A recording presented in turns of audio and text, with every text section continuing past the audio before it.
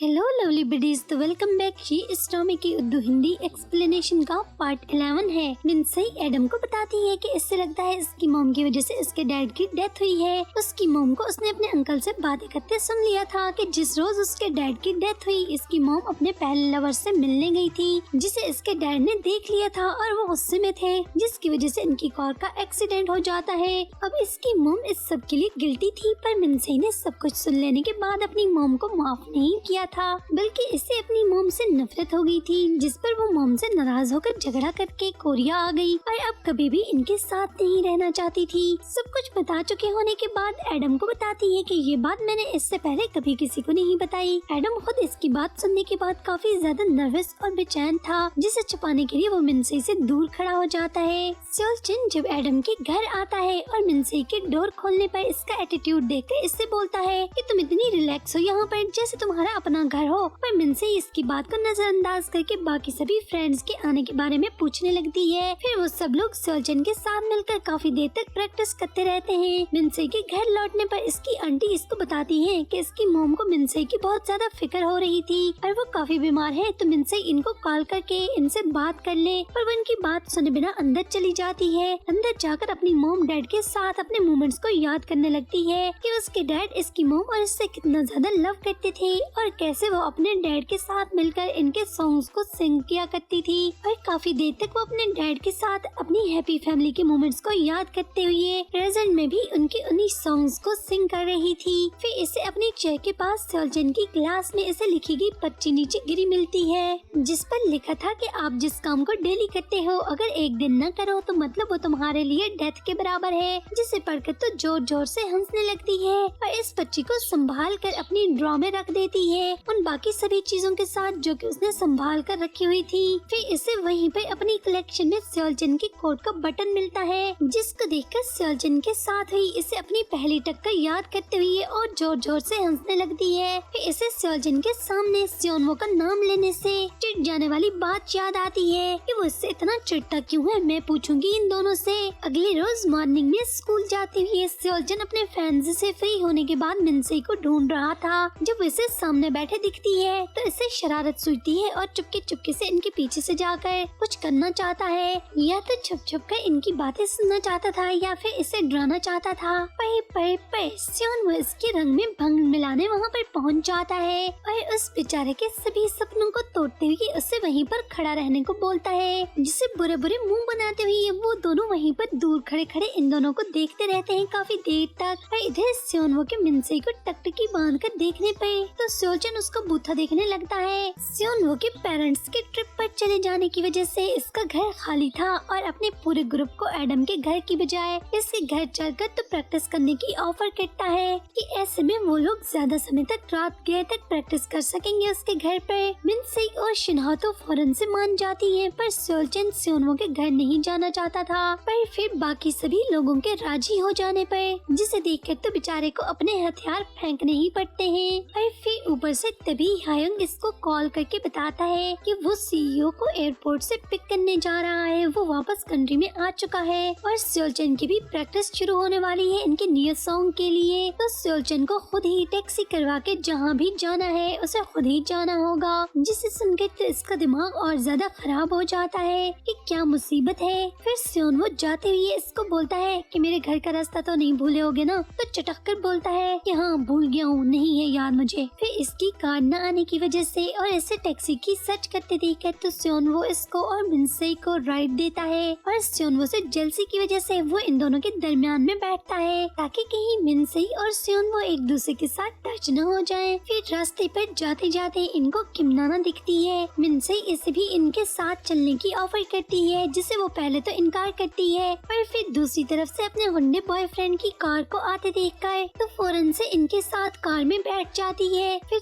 सबको कार में खामोश बैठे देखकर तो सेओलजन की जुबान में जोर जोर की खुजली होने पे तो वो किम नाना को बोलता है कि सच में तुम फाइटिंग में अच्छी हो, जिस पर वे उसको बोलती है कि क्यों लड़ना चाहते हो। तो सुनकर अपने कान खुजलाने लगता है और बोलता है कि आज मौसम बड़ा अच्छा है वैसे। फिर दोबारा से सबके सब लोग कार में चुप करके बैठे होते हैं, जिसे देखकर तो मिनसे बात करना शुरू करती है और इससे पता था कि सेओलजन से तो बात करना अपना दिमाग खराब करने वाली बात है। तो सेओनवो को बोलती है कि तुम्हारे पास हर समय कार और ड्राइवर होने की वजह से काफी ज्यादा इजी रहता होगा ना। वो बोलता है कि मुझसे ज्यादा तो मेरी मोम को आसानी होती है, इनको मेरी फिक्र नहीं करनी पड़ती है। फिर सेओलजन इन दोनों को आपस में बातें करते देखकर तो सेओनवो पर तंज करता है कि इसके एलिमेंट्री स्कूल में लेट आने और स्कूल बंक करने की वजह से जब स्कूल से निकाला गया था तो फिर इसकी मोम को इसकी फिक्र करनी पड़ी ना, इस पर नजर रखने के लिए। फिर मिनसे याद करते हुए इनको बताने लगती है कि जब वो किंडरगार्टन में थी और इसके डैड सिंगिंग क्लासेस लिया करते थे, तब इनके साथ वाली क्लास में से एक लड़का रोज रोज ड्राइवर और कार के साथ ऐसे ही इसके डैड की क्लास लेने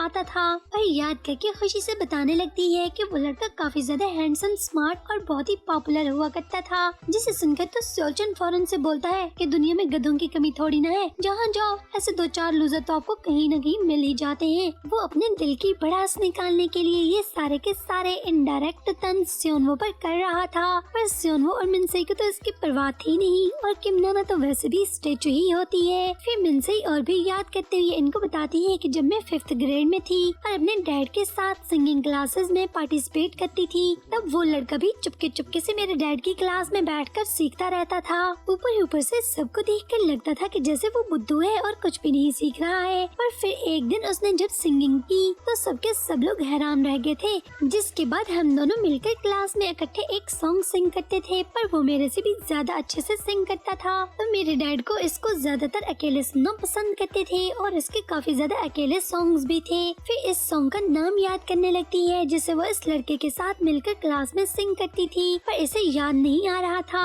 जिस पर सेओनवो अचानक से बोलता है कि एटलांटिस गर्ल, जिसको सुनकर तुम इनसे हैरान होती है कि तुम्हें कैसे पता। सेओनवो बोलता है कि मुझे अच्छा नहीं लग रहा था कि सब कुछ जानते हुए भी मैं अभी भी चुप बैठूं, मैं इसी क्लास का हिस्सा था। जिस पर मिनसे बोलती है कि अच्छा तो तुम वही वाले जुंग सियोन वो हो, तुमने मुझे पहले बताया क्यों नहीं। वो बोलता है कि बताया तो था जब तुमसे मिला था, पर तुमने आगे से बोला कि हु आर यू, तो मैं चुप कर गया कि तुम्हें कुछ याद ही नहीं। तो मुझे अच्छा नहीं लगा मजीद अपने इंसल्ट करवाना, तो मैं चुप रहा। इधर इन दोनों को बड़े ही शौक से एक दूसरे से बातें करते सुनकर और इन दोनों का रिलेशन निकलते देखकर तो सेओलजन बेचारा कभी सेओनवो का कभी मिनसे का फेस देखने लगता है कि चल क्या रहा है भाई। इधर किम नाना भी इनकी बातें गौर से सुनकर हैरान बैठी थी। फिर सेओनवो मिनसे से पूछता है कि तुमने मुझसे मिलने का प्रॉमिस किया था क्योंकि मैं तुम्हारे डैड से अकेले में मिलना चाहता था। तुमने और तुम्हारे डैड ने मिलकर डिसाइड किया था कि हम लोग क्रिसमस की नाइट को बाहर मिलेंगे, पर जिस दिन तुमने मुझसे मिलना था उस दिन तुम आई नहीं थी, वजह पूछ सकता हूँ। इस पर मिनसे को चुप करते देखकर तो सेओलजन ड्राइवर को वहीं पर गाड़ी रोकने को बोलता है। फिर किम नाना और वो दोनों इनको कार में अकेला छोड़कर उतर जाते हैं कि हमारी इनके साथ जगह नहीं बन रही थी। सेओलजन उतरकर किम नाना से पूछता है कि तुम वैसे गाड़ी से क्यों उतरी, पर वो चुप करके दूसरी तरफ चली जाती है। फिर सेओलजन वहाँ पर खड़े होते हुए जब इन दोनों के बारे में सोचने लगता है, तभी सेओलजन को याद आता है कि जब चाइल्डहुड में सेओनवो और वो एक दूसरे के बेस्ट फ्रेंड थे, तभी सेओनवो इसको मिनसे के डैड से मिलवाना चाहता था कि वो एक काफी ज्यादा पॉपुलर सिंगर है और सेओनवो के टीचर है। तो वो सेओलजन को भी इनसे मिलवाना चाहता था, मगर सेओलजन अपने प्राइड की वजह से इनसे मिलना नहीं चाहता था क्योंकि उस समय भी चाइल्डहुड में भी सेओलजन अपनी सिंगिंग क्लास में लीडर के तौर पर था। फिर बातें करते करते सेओलजन ने सेओनवो की दुखती रग पकड़ ली थी कि वो मिनसे के डैड से असल में क्रिसमस की नाइट को मिनसे की वजह से मिलने जाना चाहता है। जब वो सेओनवो को ये बात बोलता है, पर सेओनवो इस बात को मानता नहीं है कि मैं सिर्फ अपने टीचर से मिलने जाना चाहता हूँ। पर फिर सेओनवो के एक्सेप्ट करने पर कि हाँ वो इसे ही देखना चाहता है, सेओलजन इसको बोलता है कि वो लड़की इतनी खूबसूरत भी नहीं है, मैंने देखा है तुम्हारी क्लास में, तुम इसके पीछे एमी पागल हो रहे हो। पर फिर किसी तरह से एक दूसरे के साथ राजी हो गए तो दोनों मिनसे के डैड की बताई गई जगह पर इन दोनों से मिलने के लिए क्रिसमस की नाइट को वहाँ पर चले जाते हैं। पर बहुत ज्यादा वेट करने के बाद भी वो वहाँ पर नहीं आते हैं, जिस पर सेओलजन सेओनवो को इस ठंड में फिर लौट जाने का बोलता है। पर सेओनवो वहीं पर ठंड में खड़े होते हुए इनका वेट करना चाहता था, जिसे देखकर तो सेओलजन वापस अकेला चला जाता है और सेओनवो पीछे मिनसे के डैड का और मिनसे के आने का वेट ही करता रहता है। फिर प्रेजेंट में सेओलजन बोलता है कि अच्छा तो ये वाला मामला था अब तक, तभी तो मेरे इतना ज्यादा टीज करने के बाद भी सेओनवो इतना कॉन्फिडेंट था। पर उसने मुझे बताया क्यों नहीं कि ये वही पहले वाली लड़की है। पर अपने मन में बोलता है कि जुंग सेओनवो, मैं तुम्हें भी देख लेता हूँ। जब सेओनवो और मिनसेई सेओनवो के घर के बाहर पहुँचते हैं तो सेओनवो मिनसेई से पूछता है कि क्या तुम्हारे डैड गुजर गए हैं। तो वो बताती है कि हाँ, इसी रात जब हमने मिलने का डिसाइड किया था। फिर उससे बताती है पहले तो मेरे लिए इस बात को एक्सेप्ट करना ही मुश्किल था, मैं इस बारे में किसी से बात ही नहीं करना चाहती थी, पर अब मैंने मान लिया है। इनकी मेमोरीज को याद करते हुए रोते हुए भी अब मुझे इतनी तकलीफ नहीं होती है। फिर मिनसेई की उसके डैड के बारे में बातें सुनने के बाद तो सेओनवो मिनसेई को बोलता है कि क्या हम डेट पर चलें, और उसके हैरान होने पर उसे अपने साथ ले जाते हुए हंसते हुए बोलता है कि बहुत ही सादा सी बात कही है। इधर सेओलचन की अपने ग्रुप मेंबर्स के साथ उसके न्यू सॉन्ग के लिए प्रैक्टिस चल रही होती है और इधर मिनसेई और सेओनवो बाहर घूम फिर रहे होते हैं और एक दूसरे के साथ बहुत ही ज्यादा एंजॉय कर रहे होते हैं। सेओनवो मिनसेई को मार्केट ले जाता है जहाँ पे वो दोनों काफी देर तक विंडो शॉपिंग करते रहते हैं। इधर सेओलचन की प्रैक्टिस फिनिश होने के बाद इसको इसके सीईओ की खिदमत में हाजिर किया जाता है, जो कि इसे माजून ही के ग्रुप के साथ बैटल के लिए डांटता है कि तुम्हारा वो लेवल है क्या, मैंने तुम्हें स्कूल में लूजर्स के साथ मिलने और कंपटीशंस के लिए थोड़ी न भेजा है, बल्कि वो तो सिर्फ और सिर्फ तुम्हारी गलती की वजह से पनिशमेंट थी। तुम वहाँ पर जाकर एंजॉय करो, चिल मारो।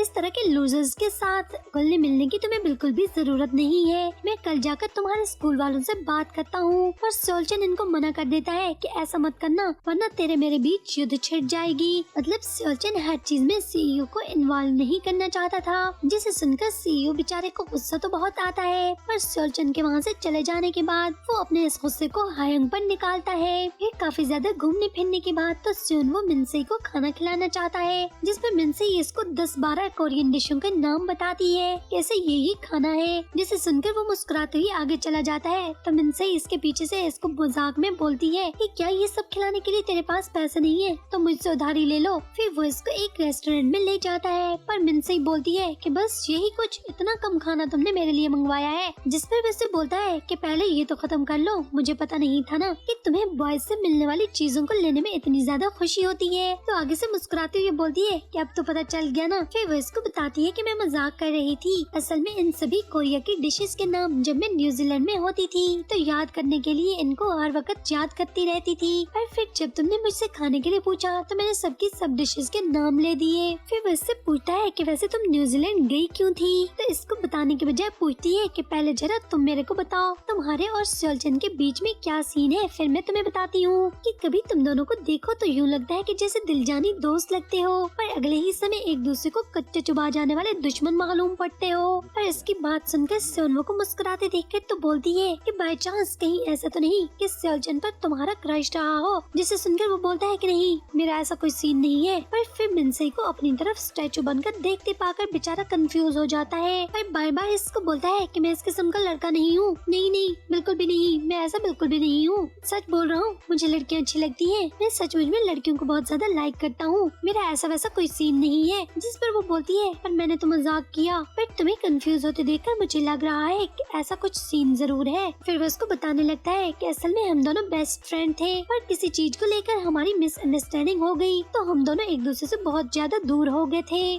फिर बोलता है कि मिसअंडरस्टैंडिंग तो खत्म हो गई, मगर हम दोनों पहले की तरह एक दूसरे के बेस्ट फ्रेंड नहीं रहे, बल्कि बेस्ट फ्रेंड क्या, हमारे बीच में कोई कनेक्शन ही नहीं रहा। फिर वो पूछती है कि मिसअंडरस्टैंडिंग क्या थी, पर बताने के बजाय वो इसके डिजर्ट की तरफ देखकर इसको खिलाने लगता है कि खाने पर तवज्जो दो, मतलब वो बताना नहीं चाहता था। फिर सेओनवो को मिनसेई को डिजर्ट खिलाते देखकर तो इनको किमनाना रेस्टोरेंट के बाहर खड़ी छुप छुप कर देख रही थी। असल में जब लोग वो मार्केट में आए थे तभी किमनाना की इन पर नजर पड़ गई थी और फिर वो इन दोनों को फॉलो करने लगती है। और अभी भी सेओनवो को मिनसेई के साथ इतना ज्यादा क्लोज देखकर उस बेचारी के दिल में कुछ हो रहा था, क्योंकि वो सेओनवो को लाइक जो करती है और उसे लग रहा था कि सेओनवो और मिनसेई का कोई बहुत ही गहरा सीन होने वाला है। फिर किमनाना इन दोनों को साथ देखकर वहाँ से चली जाती है। इधर जब वो वापस जा रही होती है, नमडू जो कि वहीं पर मार्केट में था वो भी किमनाना को वहाँ से जाते देखकर तो इसको फॉलो करने लगता है कि वो यहाँ पर क्या कर रही है और इसे पीछे से बहुत ज्यादा आवाजें भी लगाता है, पर वो उसकी आवाजें सुने बिना एक बार में चली जाती है और अंदर जाकर तो माइक पकड़कर सॉन्ग सिंग करने लगती है और साथ साथ में रोने लगती है। इसके सॉन्ग सिंग करने के साथ साथ इसको याद आता है कि जब उसने पहली बार सेओनवो को अपने स्कूल के फर्स्ट डे पर देखा था, इससे पहली नजर में ही सेओनवो से लव हो गया था। फिर इसके बाद वो हमेशा सेओनवो को छुप छुप कर स्कूल में देखा करती थी और उसे फॉलो करती थी, पर किसी भी तरह से सेओनवो के करीब जाने का चांस मिलता वो इसे अवेल जरूर करती थी। पर ये सब का सब इसका वन साइडेड लव था। सेओनवो के तो फरिश्तों को भी दूर दूर तक खबर नहीं थी। उसकी फीलिंग्स के बारे में सेओनवो को जरा भी मालूम नहीं था। और फिर सॉन्ग सिंग करते हुए इसको याद आते ही कि कैसे सेओनवो और मिनसे ने कार में इनके सामने इनके चाइल्डहुड फ्रेंड होने और एक दूसरे से लव की बातें की थी, जिसे याद करते हुए तो किम नाना को लग रहा था कि इसका सेओनवो के साथ कोई सीन ऑन नहीं हो सकता है। तो फिर सॉन्ग सिंग करते हुए और जोर जोर से रोते हुए वहीं पर सोफे पर गिरकर चीखने लगती है। और इसको रोते देखकर तो इसके पास ही खड़ा बड़े बड़े बालों वाला जिन बना शख्स किम नाना को बोलता है कि बताओ वो कौन बास्टर्ड है, मैं अच्छे से उसकी धुलाई कर देता हूँ। जिस पर वो चीख कर उसे बोलती है खबरदार जो उसे टच भी किया। और फिर यहीं पर 11th एपिसोड का एंड हो जाता है। तो बस थोड़ी सी देरी के बाद फिर मिलते हैं बहुत जल्द 12th एपिसोड के साथ। तो नेक्स्ट एपिसोड के लिए आप लोग मुझे कमेंट में बताइएगा कि आपको स्टोरी कैसी लगी है। अगर वीडियो पसंद आई हो तो वीडियो को लाइक और चैनल को सब्सक्राइब जरूर कर देना। Thanks for watching lovely buddies.